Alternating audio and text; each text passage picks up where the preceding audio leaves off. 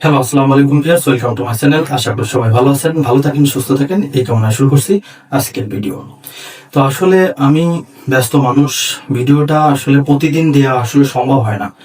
যেহেতু আমার অডিয়েন্সরা আমাকে ভালোবাসে বিধায় আমার ভিডিওগুলো তারা দেখে, যার জন্য তাদের সাথে আমার প্রতিদিনই ভিডিও শেয়ার করা এটা আসলে আমার কর্তব্য। কিন্তু আসলে আমি সেটা পারি না, এই জন্য আমি দুঃখিত। যাই হোক, আজকে যে বিষয়টা বা টপিকটা নিয়ে আমি আলোচনা করব সেটা হচ্ছে পে স্কেল 3 ধাপে বাস্তবায়ন হবে, এটা সঠিক।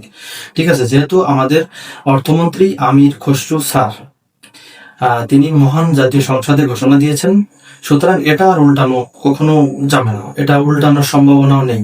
কারণ এটা যদি উল্টায় ফেলে বা এটা যদি না হয়, তাহলে এই বিএনপি সরকারের একটা মানে দুর্নাম হবে, অপমান হবে, এটা কখনোই এই দল চাইবে না। সুতরাং পে স্কেল জুলাই মাসে বাস্তবায়ন হচ্ছে, এটা এক প্রকারের শিওর। তো এখন 3 ধাপে যে পে স্কেল বাস্তবায়ন হবে, এটাও শিওর এক প্রকার ধরা যায়। কারণ আমরা ইতোপূর্বে কর্মচারীরা যে দীর্ঘ 11 বছর ধরে আন্দোলন করে আসতেছি, আন্দোলন করে সরকারি কর্মচারীদের কিঞ্চিত পরিমাণ লাভ হয় নাই। এটা আমার এক অডিয়েন্স কমেন্ট করে এটা বলছে যে ভাই, আমরা ইতিপূর্বে যে আন্দোলন করছি, এই আন্দোলনে আমরা সামান্য পরিমাণে বেনিফিট পাই নাই। ঠিক আছে, কিঞ্চিত পরিমাণ সরকারি কর্মচারীরা লাভবান হয় না।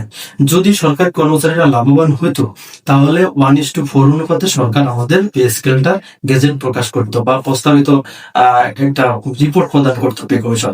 কিন্তু সেটা আসলে কখনোই সম্ভব না বা কখনোই হবে না বা কখনো করবেও না তারা।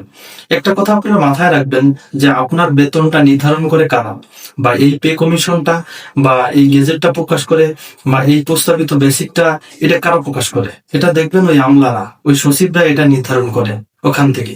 তা সেই সচিবরাই যদি আপনার নিজেরা কম নিয়ে আপনাদের বেশি দেয়, এটা কি কখনো সম্ভব? আপনার কাছে যদি ভাগ দেওয়া হয় যে আপনি ভাগ করেন, হ্যাঁ আপনি নেন আমাকে দেন, তা আপনি অবশ্যই আপনি ভালোটা নেবেন। আর আপনাকে যদি বলা হয় আপনি চেয়ে নেন, তাহলে আপনি অবশ্যই ভালোটা নেবেন। নিজের ভালো সবাই বোঝে। সুতরাং তারাই এই বেতন নির্ধারণ করে, তারা কখনো কি খারাপটা নিবে? আপনাকে কখনো ভালোটা দিবে? দিবে না ভাই। সুতরাং তারাই হচ্ছে এই বেতন নির্ধারণ করে, তারাই তাদের মাধ্যমে সিগনেচার হয়ে এগুলো আসে। সুতরাং এটা আশা করা আমাদের জন্য একটা বোকামি। আমরা শুধু আন্দোলনই করতে পারি, কিন্তু আন্দোলন করে যে আমার এই অডিয়েন্সটা বলছে, প্রিয় শুভাকাঙ্ক্ষী ভাই আমার, যে আমরা কিঞ্চিত পরিমাণ লাভবান হয়নি। ঠিক আছে, যদি লাভবান হইতাম তাহলে আমাদের আন্দোলনটা যদি কার্যকর হতো, তাহলে আমাদের বৈষম্যটা দূর হতো, 1:4 অনুপাতে বেতন নির্ধারণ হতো। কিন্তু তা হয় নাই। আর আপনারা একটা কথা নিশ্চিত ধরে নেন যে এই 3 ধাপে পে স্কেল বাস্তবায়ন হবে, কারণ 2 ধাপে হবে না, কখনোই হবে না। আপনারা ইতিপূর্বে যে আন্দোলন করে আসছেন তার একটাও বাস্তবায়ন হয়েছে? দেখাই দিতে পারবেন যে একটা আন্দোলন বাস্তবায়ন হয়েছে? যদি আপনাদের আন্দোলন বাস্তবায়ন হইতো, তাহলে 5 বছর পর পরই পে স্কেল হইতো। কিন্তু আপনাদের আন্দোলন বাস্তবায়ন হয় না, আপনাদের কথাকে একবারে ধূলিসাৎ করে দেওয়া হয়, উড়াই দেওয়া হয়, আপনাদের কথার কোনো মূল্যায়নই করা হয় না। ঠিক আছে, সুতরাং আমাদের পে স্কেলটা কিন্তু 3 ধাপেই হবে, আমাদের পে স্কেল 2 ধাপে হবে না, লিখে রাখেন। ভিডিওটি দেখার জন্য আপনাদের সবাইকে অসংখ্য ধন্যবাদ। দেখা হবে পরবর্তী ভিডিওতে, ততক্ষণ পর্যন্ত ভালো থাকবেন, সুস্থ থাকবেন, এই কামনা করছি। আল্লাহ হাফিজ।